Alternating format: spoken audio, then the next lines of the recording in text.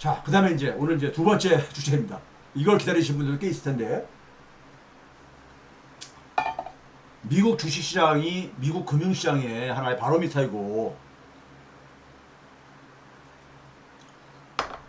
전 세계 주식과 금융시장의 바로미터이기 때문에 미국 주식시장 중심으로 우리가 일단 접근을 했습니다. 저는 분기점을 맞고 있다 이런 얘기를 하는데, 이게 뭐냐면요, 9월달부터 9월달 이제 그러니까요 9월 20일이 끼어있는 그 주가 될 텐데, 그때 이제 그러니까 우리가 이제 금리 인하가, 연준의 금리 인하가 확실시되고 있잖아요. 예? 어느 정도 내리느냐, 0.25로 내리냐, 0.5 크게 내리냐, 이 정도의 의견 차이들이 좀 있을 뿐이지, 확실하게 내리는 것을 그러니까 우리가 기정사실화 하고 있잖아요. 근데 우리가 이 금리가 내리게 되면 쉽게 얘기해서 돈을 더 많이 푼다는 얘기 아닙니까? 돈이 시중에 더 많이 풀린다는 얘기잖아요. 그동안 긴축하던 것에서 돈을 더 많이 풀게 되면 주식시장에는 그러니까 플러스가 되지 않겠느냐, 되게 이런 생각들을 하고 있잖아요. 이런 생각들을. 그렇죠?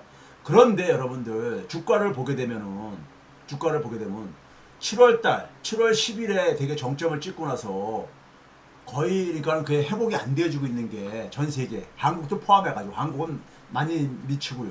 예? 그런 상황이죠. 지지부진한 모습을 보여주고 있잖아요. 예? 금리 인하는 거의 기정사실화되고 있는데 왜 주식시장이 뜨거워지지 않고 앉아있냐 이거예요. 그렇죠? 그렇죠. 예? 이게 뭐 우리가 지난번에 얘기했을 지난번 방송에서는 소위 말해서 N 캐리 트레이드를 가지고 한편 설명을 드린 부분이 있고요. 오늘은 이제 우리가 봐봅시다요. 이지머니 시기.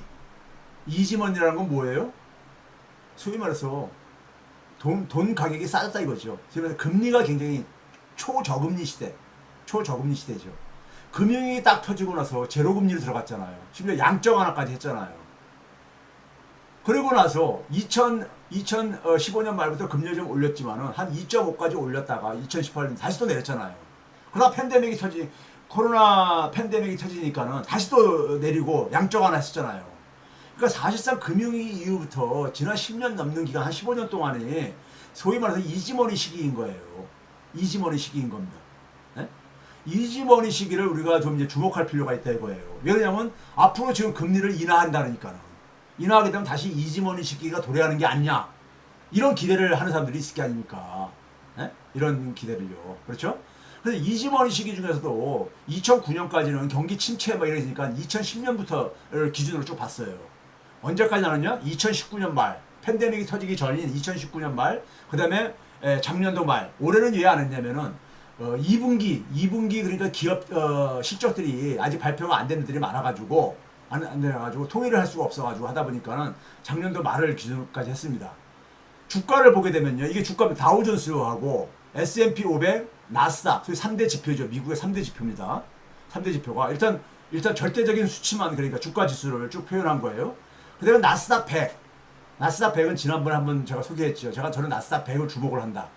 특히 이지머니 시기에 가장 돈이 많이 간 곳이 나스닥 100이거든요. 네? 나스닥 100이. 나스닥 100은 뭐라 했었어요? 나스닥 종목 중에서, 나스닥에 상장되어 있는 종목 중에서 가장 우량 기업들, 우리가 흔히 아는 하이테크 기업들이라든가, 아니면 그다음에 우리가 그 에너지 기업들 중에서도 좀 이제 그러니까 우리가 소위 말해서 최근에 그러니까 기술과 연관시켜서 하는 에너지 기업들이요. 그러니까요. 이런 것들이 포함되는 거죠. 금융 기업들이 빠지고요.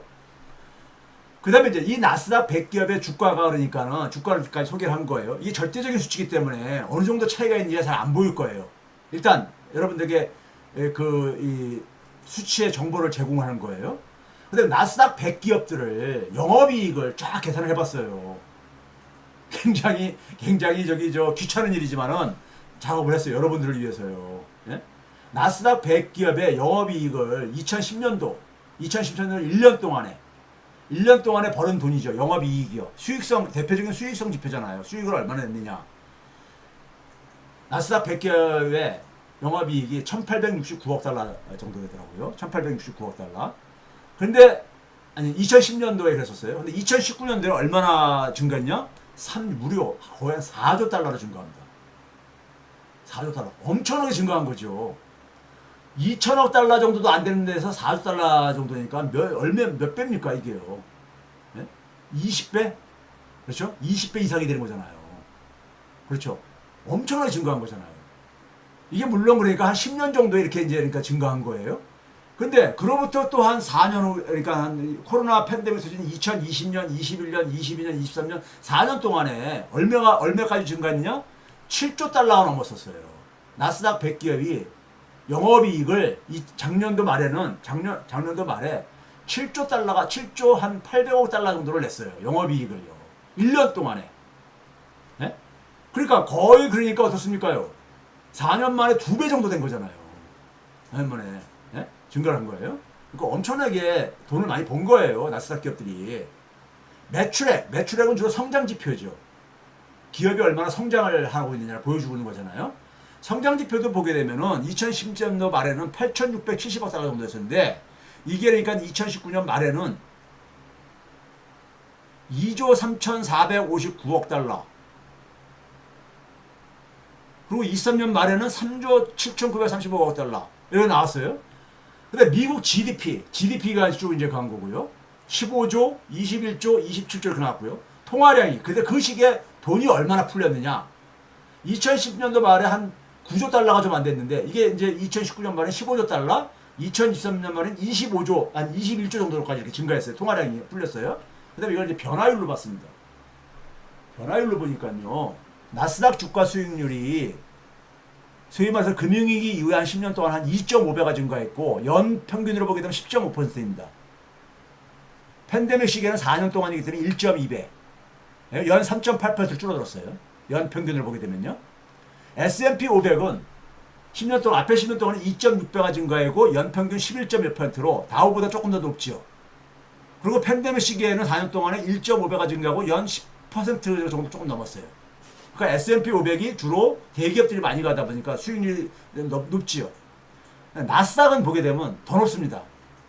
나스닥은 앞에 10년 동안에 3.4배가 증가하고 연 15% 정도 증가했는데 팬데믹 시기에는 1.7배가 증가하고 연 14% 정도 증가했어요. 예? 근데 나스닥 중에서 특히 나스닥 100 기업들을 보게 되면은 주가 수익률이 3.9배로 가장 높습니다. 다우나 S&P 500이나 나스닥 전체보다도 더 높지요. 연 16.4%입니다. 그리고 팬데믹 시대에도 여전히 제일 높습니다. 1.9배로 연 18%에 가깝습니다. 가장 그러니까는 나스닥 100기업에 투자했을 경우에 가장 그러니까 평균적인 돈을 가장 많이 벌었다는 얘기죠. 쉽게 얘기해서요. 그래서 나스닥 100기업만 영업이익률하고 기업의 성장률을 별도로 계산을 해봤어요. 계산을 해봤는데 재밌는 이제 그러니까 우리가 변화가 이제 보이는데요. 앞에 10년 동안은 연 8.7%로 증가했습니다. 나스닥 100기업의 영업이익률이요. 영업이익률 연 8.7% 증가했고 성장률은 연 11.7%로 증가했어요. 반면에 그 다음에 팬데믹 시대에는 거의 2배로 증가하죠. 연 16%로. 근데 성장률은 큰 차이가 없어요. 앞에 10년이나 팬데믹 시기나 조금 한 1%포인트 정도 더 증가했지만은 앞에 영업이익률보다 큰 차이가 없죠. 앞에 영업이익률은 우리가 2배 정도 차이로 벌어졌는데, 예? 수익이 많이 났다 이거죠. 돈을 많이 벌었는데 성장보다도 수익을 많이 내는 기업들이 많이 냈다 이거죠. 팬데믹 시기에. GDP는 거의 뭐 그러니까 GDP는 그러니까 이 시기에 팬데믹 시기에 더 높았다는 것은 이건 이제 물가가 높았기 때문에 이게 명목 성장 명목 GDP이기 때문에요. 그렇다고 통화량 증가를 봐보세요. 통화량 증가를 보게 되면 앞에 팬데믹 시기에 연 6.4% 증가했는데 팬데믹 시기에는 7.9% 증가했으니까 돈이 더 많이 풀렸다는 얘기죠. 우리가 알다시피도 그러니까요. 자, 그럼 이걸 통해서 우리가 뭘 할 수 있느냐? 주가는 우리가 예오르죠. 주가는 예오르냐고요. 주가는 기본적으로 기업의 가치를 그러니까 우리가 시장에서 평가받는 거잖아요. 투자자들한테. 그렇죠? 그럼 기업은 기본적으로 돈을 많이 벌어야 되는 거죠. 돈을 많이 벌어야지만이 투자자들한테 돈을 많이 나눠줄 수 있고 투자자들이 그만큼 수익을 낼 수 있는 거니까요. 그렇죠? 그러니까 그래서 수익성 지표가 중요하죠. 돈을 많이 버는 게 중요하죠. 그렇죠? 그런 점에서 영업이익률은 대표적인 수익성 지표이기 때문에 영업이익률이 굉장히 중요하죠. 그래서 실제로 보게 되면은 나스닥 100 주가 수익률하고 영업이익률하고 보게 되면은 영업이익률이 그러니까 팬데믹 시기에 크게 증가를 하죠. 증가한 만큼 근데 주가 수익률은 많이 높지가 않죠. 그 이전에 팬데믹 10년에 비해서요. 팬데믹 10년 동안에 16.4%인데 팬데믹 기간 동안에 17.8%니까요. 그렇죠? 영업이익률은 거의 2배로 벌어졌는데 그렇죠? 그럼 주가를 결정하는 요인이 수익성만이 결정하는 건 아니잖아요. 수익성만 결정하는 건 아니잖아요. 기업의 성장도, 기업의 성장성도 그러니까 우리가 반영을 할 것이고, 그렇죠? 기업의 성장성도. 반면 또 뭘 합니까요? 우리가 흔히 유동성이라고 하죠. 유동성. 돈이 얼마나 시중에 많이 풀렸냐를 보잖아요. 그게 이제 통화량 증가율로 볼 수 있는 거잖아요. 통화량 증가율이 그러니까 팬데믹 때 좀 높았었죠. 그래서 이거를 이제 그러니까 제가 좀 분류해 봤어요. 분류해 봤는데, 나스닥 100 수익률이 예를 들어서 그러니까는 앞에 파란색 막대기는 금융위기 이후 10년이고요. 오렌지 색깔은 팬데믹 이후 4년 동안을 이렇게 간 겁니다. 근데 보게 되면은 어떤 차이가 보입니까? 영업이익률은 월등하게 그러니까 2배 정도 차이로 벌어지잖아요. 두 번째 있는 이 막대 그래프를 보시게 되면 8.7과 15.6이니까요. 나머지들은 다 그렇게 비슷비슷해 보이는데 팬데믹이 더 높죠. 다 전체적으로 높은데 영업이익률만이 거의 2배 정도로 확 차이가 나잖아요. 네? 그러니까 이 영업이익률이 주도를 했다. 수익성이 그러니까는 팬데믹 기간 동안은 이 주가를 결정하는데 중요한 영향을 미쳤다 이겁니다. 주가를 수익률이. 그럼 그 이전에 금융위기 이전에는 뭐가 주로 결정을 한 것 같습니까? 영업이익률은 상대적으로 굉장히 낮은데 뭐가 그러면 그랬을 것 같아요? 통화량입니다. 통화량이 돈이 그러니까 한 11.7%로 돈이 그러니까는 많이 그 기여를 한 거죠. 수익성에 비해 가지고 통화량 증가가 많이 그러니까 주가를 끌어올리는데 기여를 했다 이거예요. 자, 그래서 이걸 기여분을 좀 세분화 시켜봤어요. 세분화 시켜봤는데 통화량 증가 배수, 그 다음에 나스닥 100 주가 배수, 나스닥 100 영업이익 배수, 그 다음에 편차를 이렇게 봤어요. 편차라는 건 뭐냐면은 주가에서 영업이익의 그 차이를 보면은 한 1.8배가 남습니다. 금융위기 이후에는. 금융위기 10년 동안 한 1.8배 정도 차이가 나요. 그러면 이 금융위기 1.8배는 뭐가 만들어냈냐 이거죠. 이걸 통화량 유동성을 가지고 이걸 가지고 대입해가지고 계산해 보면은 통화량이 100% 넘게 기여를 했어요.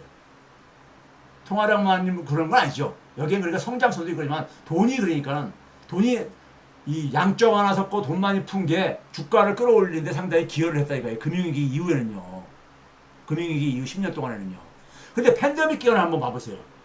팬데믹 기간은 소위 말해서 주가 수익률하고 주가 수익의 배수하고 영업이익 수익성하고 차이를 보게 되면 0.14분이 차이가 안 납니다. 0.14배분이. 그러면 통화량은 상당히 많이 그러니까 증가했거든요. 이 당시에도 4년 동안에 1.4배 정도 증가했으니까요. 앞에는 1.7배는 10년 동안 증가한 거니까 이게 더 많이 증가한 거죠. 팬데믹 기간에 돈은 더 많이 풀린 거란 말이에요. 4년 동안에 1.4배니까요. 돈이 그러니까 유동성은 그러니까는 주가 기여에 한 10% 정도밖에 안 됐더라 이거예요. 돈을 많이 풀린 게 효과가 금융위기 이후하고 팬데믹 이후하고 상이하게 영향을 미쳤더라 이거예요. 팬데믹 이후 기간은 주로 그러니까는 기업들이 수익을 많이 낸 것이 주가를 끌어올렸더라 이거예요. 주가를. 자, 그랬을 때 제가 주목하는 건 뭐냐면요. 향후에 여러분들이 궁금할 게 아닙니까? 향후엔 지금 뭡니까? 금리 인하를 예상하는 소위 말해서 이지머니 시대의 도래를 지금 이렇게 기대를 하고 있잖아요. 저는 과거처럼 그런 이지머니 시대는 어렵다고 봅니다. 어렵지만 어쨌든 간에 많은 사람들이 금융시장에서는 금리 인하, 소위 말해서 이지머니 시대의 도래로 인해 가지고 주식시장에 다시 한번 그래 붐이 일어날 거를 기대를 하고 있잖아요. 예?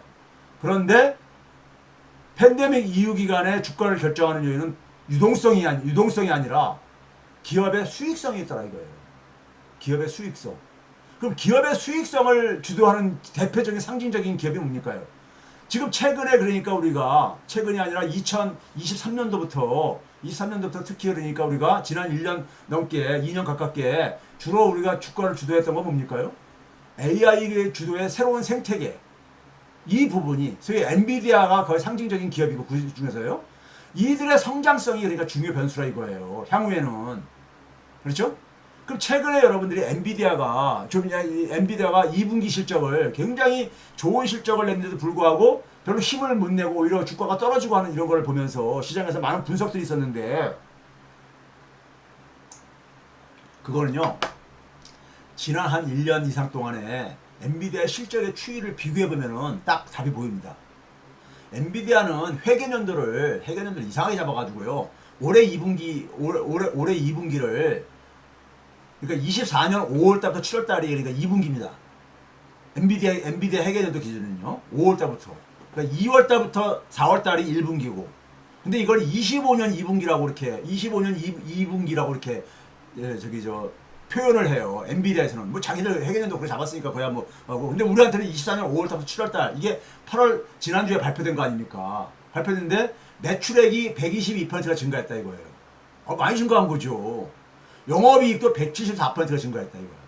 근데 주가 떨어졌어. 왜 그렇습니까? 그 앞에 기간들을 한번 봐보세요. 24년 2분기부터 25년 2분기까지 그 앞에 1년 동안을 보게 되면요.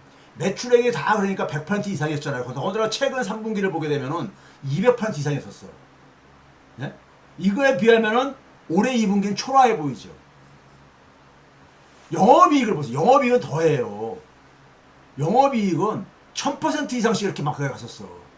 영업이익은요. 네? 영업이익이 실제 중요하잖아요. 돈을 얼마나 벌었냐가 중요한 거니까요. 174%는 굉장히 초라하죠. 이거에 비하면요. 순이익을 봐도 마찬가지예요. 순이익을 봐도 마찬가지죠. 그러니까 올해 2분기가 돈을 적게 벌어서가 아니라 많이 벌었는데 지난 1년 동안에 비교해보면 너무 초라한 거야. 그러면 이게 뭐냐면은 엔비디아는 뭐냐면 지난 1년 동안에 보여준 거 특히 뭐냐면 챗 GPT가 나오고 난 이후부터 이게 붐을 또 한 번 점프를 했잖아요. 했는데 그때 보여준 엔비디아는 지난 1년 동안에 보여준 이런 것들이 앞으로도 계속해서 이게 그러니까는 소위 지금 뭐 얘기합니까? 지금 올해 말에 나오는 블랙 가속 AI 저거잖아요. 예? AI 칩, 가속 AI 칩. 블랙엘이 나오게 되면 더 이게 점프할 거라고 기대하고 그러는 거잖아요. 예? 하는데 이게 그러면 뭐냐면 지난 1분기라든가 작년 4분기라든가 뭐 4년 3분기 이때 같은 것이 계속 돼야 되는 거야. 계속 될 거를 이렇게 기대를 했던 거야. 시장의 기대는요. 기대감이 굉장히 높은 거죠. 이게. 예? 그래가지고 그것이 선반영된 거죠. 주가에. 이런 실적이 당분간 계속 될 거다. 예? 지금 블랙엘이 그러니까 연말에 출시된다 그랬잖아요. 근데 그게 이제 문제가 있어가지고 저희 TSMC에서 내년 초나 가능하다 이렇게 얘기했는데 이번에 이게 주가가 떨어지니까 이걸 수습하기 위해서 자사주 500달러를 매입하기도 하고 그다음에 블랙엘은 예정대로 그러니까 4분기에 나온다.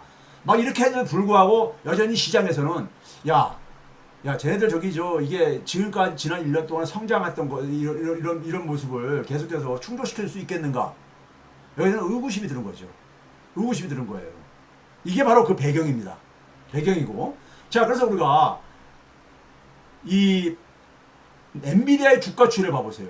엔비디아의 주가 추이를 보게 되면 지난달 7월 10일에 정점을 찍고 다른 주식처럼 비슷하게 7월 10일에 정점을 찍고 나서 8월 5일 날에 그러니까 소위 말해서 우리가 블랙 먼데이 때 한번 충격을 받은 다음에 좀 회복이 됐지만은 여전히 그러니까 지지부진하잖아요. 지난 2개월 정도 동안 그러니까 2개월 전에 회복을 못하고 있는 거니까요. 근데 엔비디아가 주로 쭉 우리가 이렇게 성장을 했지만 본격적으로 그러니까는 점프를 하기 시작한 건 언제입니까요? 작년 1월 이후부터입니다. 작년 1월 이후가 언제인 거예요? 챗 GPT가 22년 11월 말에 세상에 그러니까는 데뷔를 하죠. 세상에 데뷔를 했잖아요. 로이터 통신이 엔비디아의 최근의 모습을 잘 표현했다고 저는 가장 잘 표현했다고 생각하는데 뭐라고 표현했냐면 엔비디아 fails to impress growth hungry investor. 이게 뭡니까? 성장이 아직도 그러니까 배고픈, 예? 성장이 배고픈 투자자들은 뭐냐면 더 성장을 굉장히 갈구하고 있다 이거예요. 지난 1년 동안에 그 성장했던 것처럼 그런 성장을 계속 지금도 갈구하고 있다 이거야. 예? 이거를 그러니까 충족시키는데 실패한 거야. 예? 실패했기 때문에 지금 엔비디아가 지금 최근에 이렇게 하는 게 바로 그 모습이라 이거예요. 이게 지난 1년 동안 이렇게 성장했던 특히 챗 GPT 이후에 인공지능을 그러니까 우리가 전체 산업에 전체 산업에 그러니까 적용하고 상용화되는 것이 가능한 이러한 장밋빛 전망들이 막 퍼지면서 그러니까는 소위 말해서 그 이 AI 반도체 그러니까는 를 주도하고 있는 엔비디아가 이렇게 막 저기 저 기세 높게 올라간 거 아닙니까요? 올라간 거 아니야. 소위 말해서 AI 주도의 새로운 생태계가 그러니까 펼쳐지게 되면은 이건 또 한 번의 기술 혁명이니까요. 예? 전 분야에 적용될 수 있는 거잖아요. 인공지능이라는 것은요. 그래가지고 지난 1년 동안 쫙 이렇게 수직 상승한 거예요. 수직 상승한 거죠. 상승했는데 최근에 보니까 여러 가지가 이제니까는 예? 하는데 이 매출액과 영업이익 증가율도 별로 좋게 나온 거예요. 자, 그러면 이걸 봤을 때 우리가 여러분들이 볼 때는 향후에 그러니까 우리가 향후의 주가라는 것은 포스트 팬데믹 이후에 우리가 이 주가라는 것은 기본적으로 유동성보다는 그러니까는 기업의 실적인데 기업의 실적을 주도하고 있는 건 누구냐? 인공지능 관련 거기에 이제 중심에 엔비디아가 있는 것뿐이고요. 그러면 이 부분이 얼마나 그러니까 향후에 그러니까 우리가 소위 말해서 우리가 산업 생태계를 만드는데 그러니까 소위 말해서 소위 그 블랙웰 같은 것에 대한 수요가 그러니까는 여전히 그러니까 수요가 많다. 엔비디아는 그렇게 얘기를 하고 있지만은 그걸 매입하는 기업들 입장 속에서는 빅 하이테크 기업들 입장 속에서는 그 자본 지출이잖아요. 자본 지출한 만큼 그러니까 수익이 나와야 되는 거거든. 그렇죠? 나와야 되는 거라고요. 그게 안 나올 거라 생각하면은 투자가 주춤해지는 거잖아요. 투자가 주춤해질 수밖에 없는 거잖아요. 그렇죠? 뭐 이런 문제들이 여전히 남아있는 문제는 숙제들이라 이거예요. 그러니까 유동성에 너무 우리가 집착하지 말라 이거예요. 그래서 일부에서는 무슨 얘기합니까? 9월 달에 예상보다 큰 폭의 인하인 0.5%포인트를 인하하게 되면 오히려 주가에 부정적으로 작용할 가능성이 있다. 이런 얘기 나오는 게 큰 폭으로 인하한다는 건 뭐예요? 경기에 그만큼 자신이 없다는 거잖아요. 지금 만약에 인하한다면은 고용 때문에 인하하는 거잖아요. 고용지표 때문에. 예? 고용지표 때문에. 2분기 성장률이 조금 더 낮게 수정됐지만은 어쨌든 간에 큰 폭으로 인하한다면 결국은 고용 문제 때문에 그런 거잖아요. 경기 침체 우려 때문에 그런 거잖아요. 경기 침체 우려를 반영한 그러니까 이 금리 인하면은 별로 주식시장에 그게 큰 도움이 되겠냐 이거죠. 네? 그래서 제가 지난주에 방송한 거를 제가 뭐라고 했습니까요? 미국 경제가 연착륙에 실패할 경우에는 오히려 그러니까 엔캐리 트레이드가 폭발할 수가 있다. 네? 연착륙에 실패라는 얘기는 금리에 그러니까 큰 폭 인하일 것이고 큰 폭 인하가 오히려 그러니까 주식시장에 도움이 되기보다는 오히려 짐이 될 수가 있다. 그런 얘기가 바로 이제 그 얘기에서 나온 건데 결국은 미국 주식시장과 미국 경제를 구제할 수 있는 것은 AI 주도의 그러니까 새로운 산업 생태계의 모습이 확인돼야지만이 확인되기 전까지는 이거는 그러니까 우리가 굉장히 불확실성이 있는 시장이다 이거죠. 불확실성이.